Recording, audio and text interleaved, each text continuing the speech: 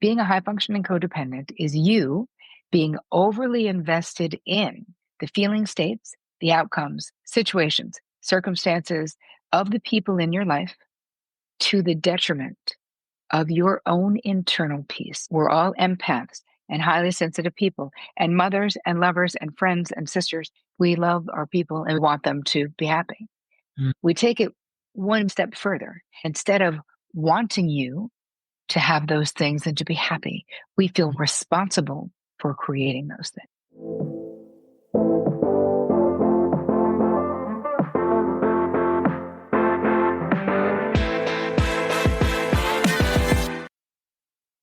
Welcome back to the show. Hope you're all having a terrific week so far. We have a great episode for you today.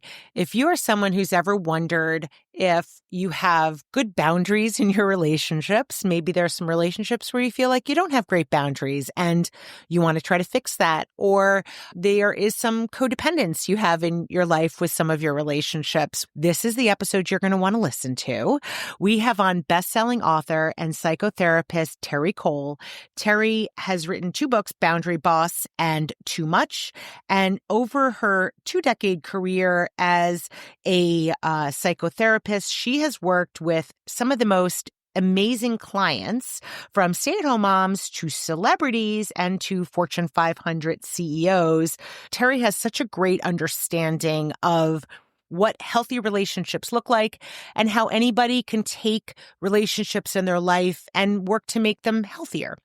If you've ever thought about, what is codependence? I feel like I've heard the term thrown around so much. What does it mean? And how do you know if you are codependent in any relationship in your life? The great thing about this conversation is that Terri gives us such tangible explanations about what things mean, but importantly, very tangible tips for what we can each do to enhance relationships in our lives, to make us feel better about those relationships and have a healthier and happier life. So I highly recommend that you listen to the episode with a pen and paper nearby. We will also have a link to information, how you can follow Terri and learn more about what she talks about. With that, we're going to jump into the conversation with Terri Cole. Here we go. Terri, welcome to the show. Well, thanks for having me. I really appreciate it. Well, I'm looking forward to talking with you. You and I connected at an event recently of amazing women, and I was blown away just by the insightful comments you were making during that conversation. I thought, we've got to get Terri on the show. So I would love if you could first talk about, so you started your career as a talent agent, a Hollywood talent agent, and you shifted to becoming a psychotherapist and Yeah. relationship expert. Tell me how that transition happened. How do you go from being a very hard job, right, a talent agent, Mhm. to a probably even harder job? Well, I think there's a lot of similarities in the job, but for me, I was a talent agent, and the last 5 years of my career was representing supermodels and celebrities negotiating contracts. And this was in the 90s when like supermodels were everything. Remember George Mhm. Michael, Freedom, supermodels everywhere. So I Oh, was yeah. literally representing most of those women. It was a very heady time. Hmm. There was a parallel process happening in my life where I had started therapy when I was 19. I stopped drinking when I was 21. So now between 21 and 28 or whatever, however old I was when I left entertainment, my evolution was happening. First of all, getting sober. So now you're like eyes wide open, everything, feeling all the things and feeling all the things I had been numbing before. So there was a lot of growth in that because I didn't really know who I was, who does when they were 18, 19, 20. I was always interested in entertainment. So as I'm sort of leaping my way up the New York slash Hollywood ladder, I was kind of bi-coastal at that point. Mhm. I was also in pretty intensive psychotherapy for myself. And the healthier I got, Mhm. the more I realized I just got to get out of this Mhm. toxic environment is just not for me, especially once I got into the modeling world where I was like, Mhm. wow, this is really not cool. I was going to school to become a psychotherapist. I literally applied to one school. I applied to NYU. which is pretty nervy since I went to a pretty shitty undergraduate school and never thought I'd get in. But I was like, you know what? I'm just going to do it. I'm going to apply because I'm not moving to like Omaha. I've been living in Manhattan for years. And when I got into NYU, I was literally shocked, I swear to God. But I was also like, oh crap, now I got to go. Can't be getting into NYU to get your master's and not go. Mhm. I actually continued to run the agency while I was doing an accelerated master's program, and I loved it. And how I got to the point of knowing I needed to go to school and needed to change careers was that I could no longer deny the fact that I didn't care about the Pantene deal or the movie contract that I was negotiating. Mm, What I cared about was mhm. the mental health of my clients. I was Mm, getting people into drug treatment clinics, weight mhm, loss, like eating disorder places. Everybody was mhm, getting into therapy. I mhm. was really Yeah, trying to change a toxic industry, and realized that if I stayed any longer, it was really going to be changing me. So yeah, instead, I pivoted, switched careers, and just became a therapist. yeah. I mean, it requires a lot of insight to really understand what part of what you're doing is appealing to you and what part is not. And I think just hearing you talk about that, like the fact that you were able to take a look at your job and say, wow, I really enjoy the component of this that is helping my clients have that emotional and psychological stability, right? And helping them with the things that they needed versus the business of the job itself. It takes work to get there. Now, how did the relationship expertise, because you are a relationship expert, how did Yep. that come about in terms of your practice? Well, I think that when you really think about what we're drawn to and what we're interested in life, for me, I always believe that we teach what we most need to learn. Mhm, So I was always most inspired by and drawn to areas in my life that were problematic, right? mhm, Places where I had pain, where I was like, I'm in relationships, but I'm not in love, or I'm in relationships, but I'm managing men instead of heart relating to them because I was such a high functioning codependent. And I mhm, was like, I'm so smart and capable and competent and successful. How can I not figure this shit out about love? So I was very motivated to become a relationship expert based on my own pain points and my own blocks and my own life. What does it look like to have a healthy relationship? Then I really got into it with my clients and started creating all these different ways that we could reveal the unconscious material that was blocking. So I came up with your downloaded love blueprint. And what are the questions that go in there? And what do we learn from our family of origin? Hate to say it, we always go back to the scene of the crime, which is family of origin, because that is literally where it all starts. I started seeing that changing, my clients changing, and yeah, then me changing. But it took way more than me becoming a relational expert to have my eyes wide open enough to find my husband or to be found by my husband, per se. It mm, really was getting into recovery from codependency, learning how to set boundaries, and really healing my father wound. And I did all of those things. And then it was like my husband just fell into my lap like a feather. you have a couple of books that have done phenomenally well. You've got the newer book, The Too Much, which we're going to talk Hmm. about. But one of the things that you talk about boundaries. I think that was Hmm. one of your earlier books. Can Yep. you tell us a little bit about the philosophy that you Mm. have related to boundaries?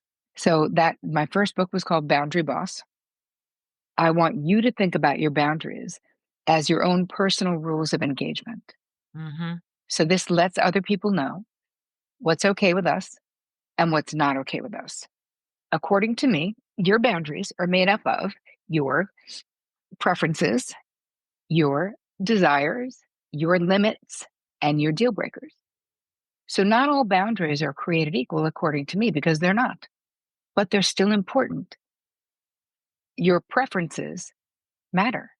Mm-hmm. Your deal breakers really matter, right? Yeah. We need to know what our deal breakers are, what our preferences are. But what I found in my therapy practice is that so much of the time we are these high level people pleasers. And what we really want is for there to be peace and for people to be happy. Yeah. So many of my clients, when I'd be like, okay, well, what are your preference? They really didn't know what brings you joy. They were like, I don't know, everybody else being happy. I was like, no, Mm, actually, can't be that. We got to find something for you. So I feel like with boundaries, it's not enough to know your preferences, desires, limits, and deal breakers. You need to know them, and then you need to have the skills. You need to be fluent in the mm, language of boundaries to be yeah. able to communicate them transparently when you so choose. And therein lies the rub for most people, because most of my clients were just like, I was right there in my boss's office. I just didn't know what to say. Mm, So much of Boundary Boss, the book, mm, is, I mean, there's a whole chapter that's like hundreds of scripts so that you mm, have the words right at your fingertips. But those, I could have just done a book on scripts, but it wouldn't actually stick, mhm, right? Because we need to understand the internal experience. yeah, Why is this so hard? Why am I so afraid? And it all goes back to our training, right? yeah. This is be a good girl. If you don't have anything nice to say, buddy, don't say anything at all. Like, we all know what was Mm, expected. Be mm, compliant, be nice, be helpful. You mhm, should give anybody the shirt off your back. The more self sacrificing, the better. yeah, And that's not true, but that is what we learned. And so yeah, there was so much unlearning mm, and unraveling that I did in Boundary Boss for mhm. the women and men, because lots of men read it, although I wrote it through the lens of sort of for the female experience. So what is the downloaded love blueprint? All right. What does that mean? It means that you have a paradigm in your unconscious mind around a lot of things, around Mhm, love, around mm, codependency, around boundaries, around finances, around sex, around sexuality. I want you to think about it like an architectural blueprint for a house that someone else designed, maybe mm, decades ago, mhm, where when you're in a family of origin, again, this goes back to what influences your love blueprint or your mm, boundary blueprint, your mm, family of origin, the mhm, country and culture that you grew up in, mhm, the societal norms that you mhm, grew up in. It could mhm, be the number you were in the family. If you were the youngest or if you were the oldest, those things also can influence what was mhm, expected of you, what the culture said was mm, expected of you. What mhm, I saw with my parents was my mother doing all the domestic stuff, my father making all the money. So he had all the power, us being afraid of my father. We were always hiding things from my father, not telling him things. I mean, he would mhm, walk into a room, me and I have three older sisters, we would all just be like, bye, like literally scatter like cockroaches. Can't wait to get away because mhm, that was the relationship. So for me, what did I learn? Men were people to be managed. Don't mhm, tell the truth ever. What? I cheated on all my boyfriends until I really grew up and got into therapy because I was like, whatever, who cares about them? You know the way men are. That influenced my love blueprint because it's mhm, what I saw because modeled behavior is mhm, also leaves a huge imprint on mhm, us.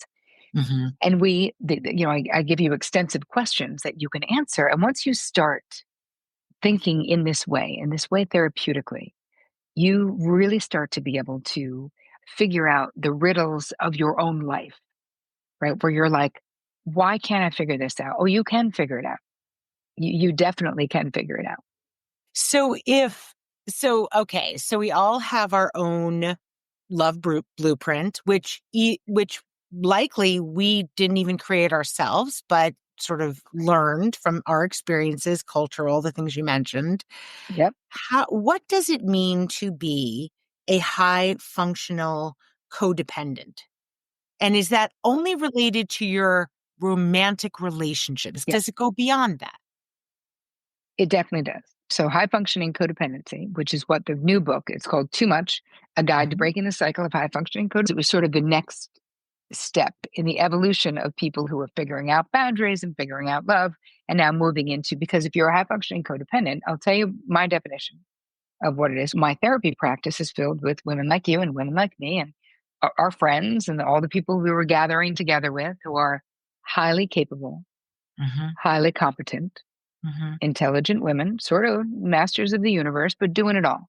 We're doing mhm, all the things for all the people. If I would notice a codependent pattern in a relationship, and I would say, hey, what you're describing, this is codependency, they would immediately reject the notion. They'd be like, yeah, no, incorrect, not me. They're like, Mhm. Terri, I'm not dependent on squat.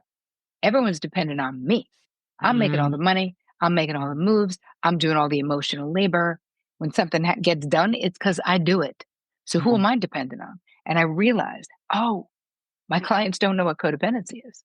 mhm, The notion that there's a weakness to it and you've got to be enabling to be a codependent, and it's got to be your romantic relationship.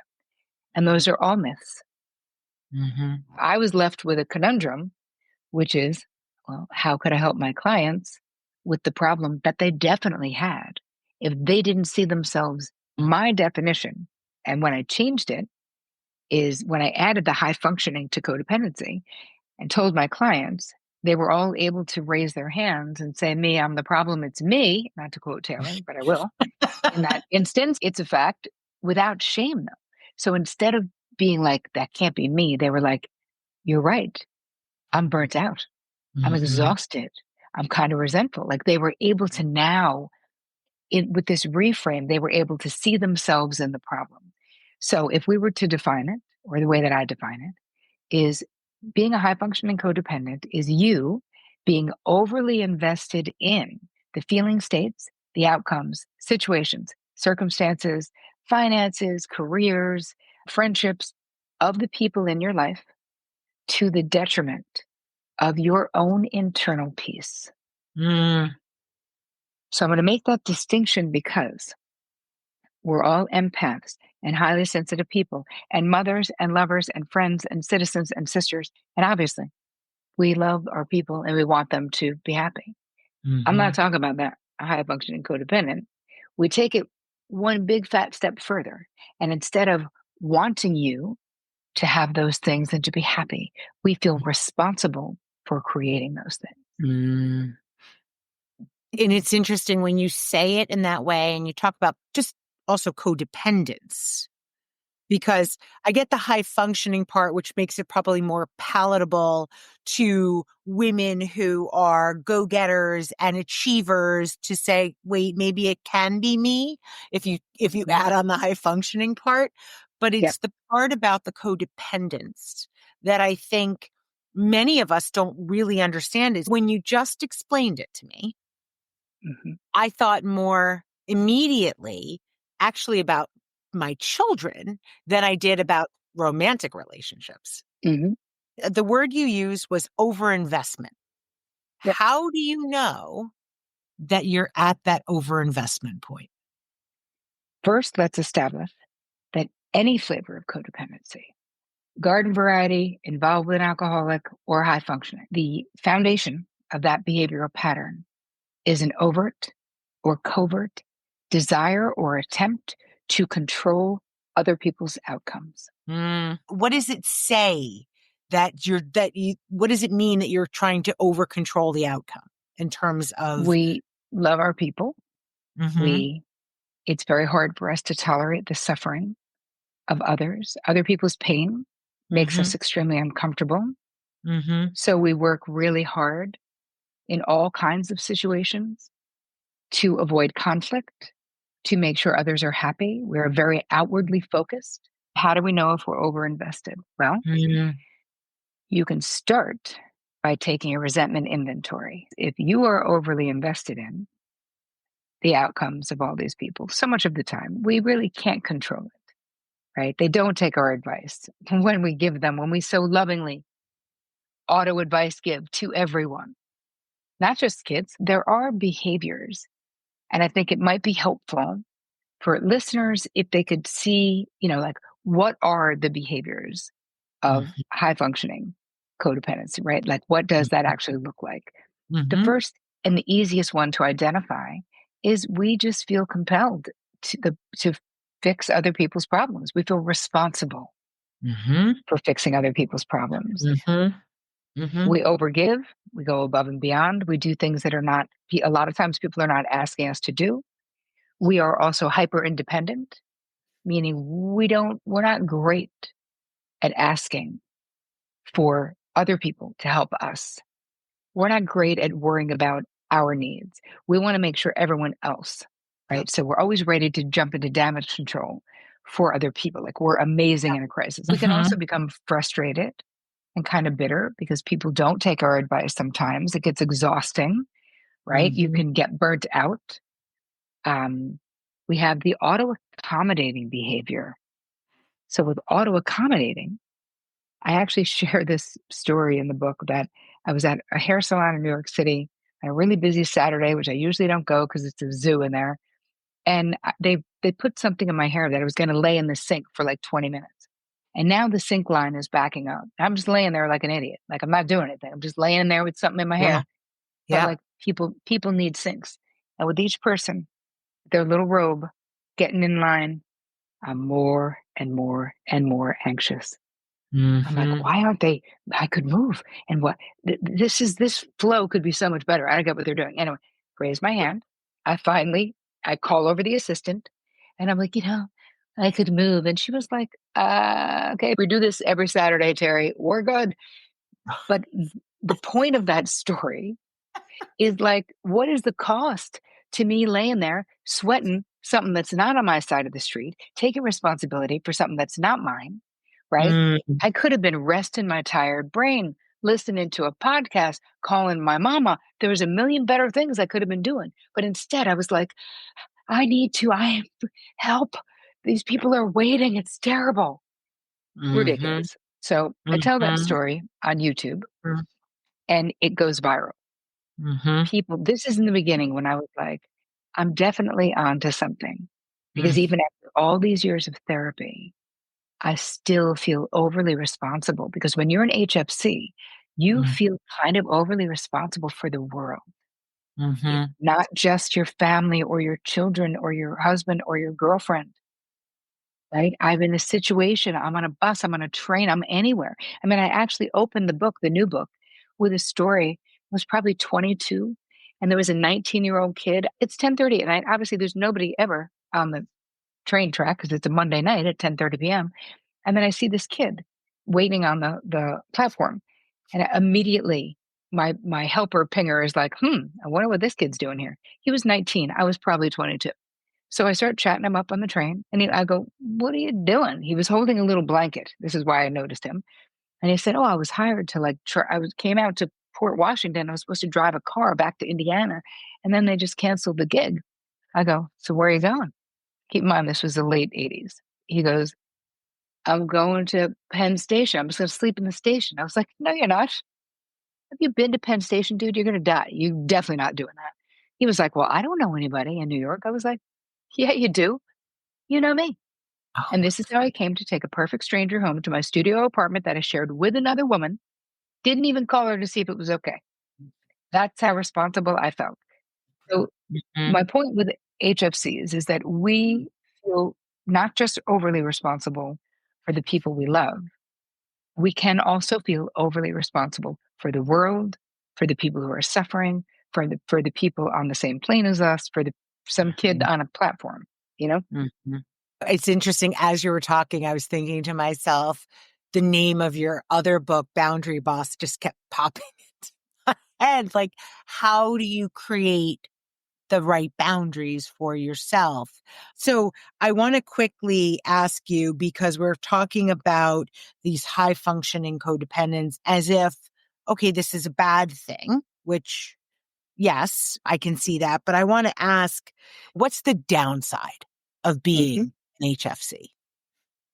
Well, you don't respect the sovereignty of the people in your life. Mm, So your relationships suffer.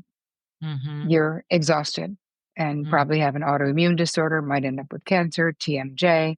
Menopause hits and you can hate everybody. Trust me, because you're exhausted. mm. Unchecked HFC-ness is a one-way ticket to Bitterland, and that is the only stop on that train. You become a total martyr. Wow. Yeah. So we don't want that. And the saddest part to me, and the most tragic, is that we could live our whole lives thinking that we're being in service of others and Mhm. ultimately live our lives being unknown, Yeah. unknown by the Mm, closest people, by your mhm, husband or your wife or your grown children or your best friends, mhm, because we're so busy thinking about Mhm. you. We're Mhm. so busy making a plan. We do this thing, anticipatory planning, right? We're the puppet masters to Mm. Mm. managing people and situations, which Mm. where are we in Yeah. any of that? Yeah. We are not there, and people don't know us. And trust me, I've had women coming into my therapy practice in their sixth and seventh and eighth decade of life being Mm. like, I've done it all. I've checked Yeah. every box. Kids went to Ivy League schools. We have money. I go to Soul Cycle 3 times a week. I kind of like my husband. We travel. I'm on all these boards. Literally, they'll say, is this all there is? Mm. Why Mhm. do I feel so empty? And I'm like, Mhm. because nobody effing knows you. That's why. Because you Mm. built your life checking boxes that somebody else constructed. Mhm. And nobody in your life knows you. Because if we say yes when we really want to say no to keep the peace, as Cheryl Richardson would say, we create a war within Mm. ourselves. And not to mention, like, I'm just thinking about children. If you're somebody who has children and you're an HFC, Mhm. what that might look like is not giving your kids agency to make their own mistakes because you feel overinvested in trying to control the outcome for them, right? And and what you're really doing is putting them in a situation where at some point they're not going to have you there and they're Correct. not going to be able to figure it out. What you're really doing, and this part was so painful for me when I realized what a raging HFC I was in my life, was you are centering yourself as the solution Mm. to everyone else's problems. Mhm. Oof, Mhm. I want to say something quickly. There are three things that I feel like I want to make sure we get to that people can take with them. Yeah. One, if you're an auto advice giver, if you can't stop giving people your grade A advice, your kids, your partner, your grandkids, whoever it is, I'm going to ask you to stop and instead of telling anyone what to do or what you think, the first thing you're going to say when somebody comes to you with a problem is, okay, before we get into it, tell me what you think you should do. When someone comes to me with a problem, I think what my natural instinct is to hear the problem and then try to solve it. I get it. But now you're not going to. Now you're going to say to them, okay, before I say anything, what do you think you should do? And then you're going Mhm. to stop talking. And if they Mhm. say, I don't know, I want you to tell me what you would do, you can say, babe, I will. I'll give you my 2 cents. But right now, it's so much more. What you think is so much Mhm. more important than what I think because it's your life. Mhm. So let's spitball it. Let's brainstorm it. Mhm. You don't have to know it perfect, but what does your gut say? Because I trust your gut instinct. So, do you see the difference Yes. between us fearfully and in a reactionary way, Mm. providing what we think is the answer, Yeah. which you don't know? One of the things, Elisa, that brought me to all of this information that was like this pivotal moment in my life was I had one of my sisters who was in an abusive relationship. She was actively alcoholic. She was living in the woods in upstate New York in the middle of winter. She had no running water and no electricity, Mm. literally. So that's an HFC's nightmare. I'm the youngest of a sister, four sisters.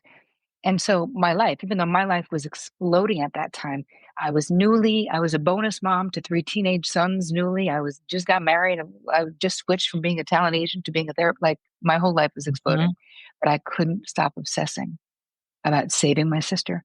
So I Mm. was crying to my therapist, bawling my eyes out. And I was like, what am I going to do? I've done everything. I've done everything. And she said, Terry, let me ask you something. What makes you think you know what your sister needs to learn and how she needs to learn it in this life? And I was super defensive and I was all like, I think we can agree that she doesn't need to do it with this abusive piece of shit in the woods without running water. And she said, I cannot agree, Tara, because I'm not God and Mhm. neither are you. But do you know what's happening for you in this situation? I didn't. Hello, tell me what is happening for me. And she said, you've worked so hard to create this harmonious life. Your sister's dumpster fire of a life. Well, she didn't Mhm. say that. I said that, but yes, is messing with your peace. Mm. You want that to be fixed so your pain will end. Mm. I was like, wow, that's unbelievable. That's Mm-hmm. so true. She is not lying.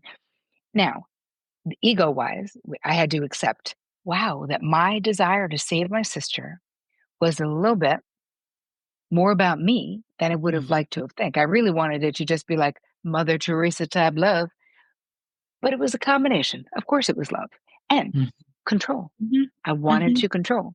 So Right. she helped me learn about boundaries. She helped Yeah. me put boundaries with my sister and say, hey, I cannot talk about this guy with you anymore. I can't Yeah. talk about this situation. I love you. Yeah. If you ever want to get out, I'm your person. And less than Mm-hmm. 9 months later, my sister called me and said, are you still my person? I said, I'm getting in my car. I picked her up. She went back to school, got sober. My husband and I helped her in an appropriate way. Mm. Instead of her baby sister putting on the cape and being Yeah. the hero of her life story, which Yeah. creates shame and all of this shit, Mm. she is the hero of her own Mm-hmm. life story. And that Mm. sticks. She's never been in another abusive relationship, but this was decades ago. We have to understand that the cost to our relationships, to even if we're doing it in this very stealthy way, right? It looks like support, it feels like love. We have got to respect people's right to be sovereign. And when you think about love, real love, the Mm. flex of real love is not fixing someone's problem. It's Yeah. being them in the foxhole during a dark night of the soul and Mm. not treating them like a problem to fix, but witnessing them Yeah. with compassion and love and accepting where they are. What a great way to illustrate the point. And thank you for sharing that, because I think it gets at the boundary conversation, it gets at the high functioning codependent, it gets at why it's not good for us and Yes. the people in our lives, why it's not Yeah. good for And them. our relationships, the quality of our relationships. Because Yeah. when you start recovering from this, you realize that a lot of times people either are afraid of us or think that we're boundary bullies Mm. because we always have opinions, because we Yeah. always think we know what's best for what they should be doing.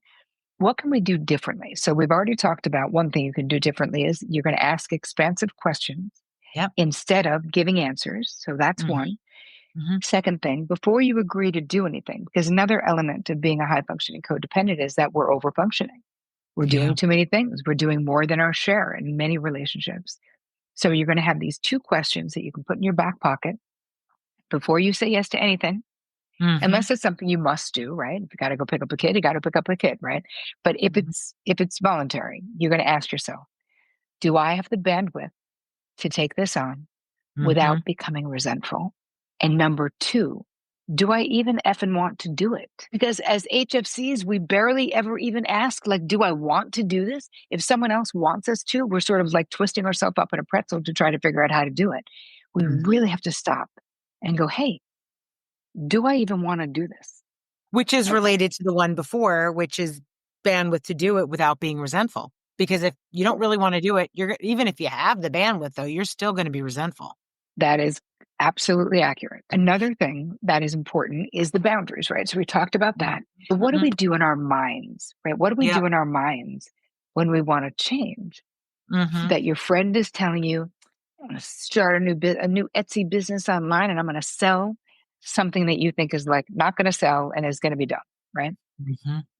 Instead of saying what you honestly think, Mm-hmm. because her Etsy shop is her idea.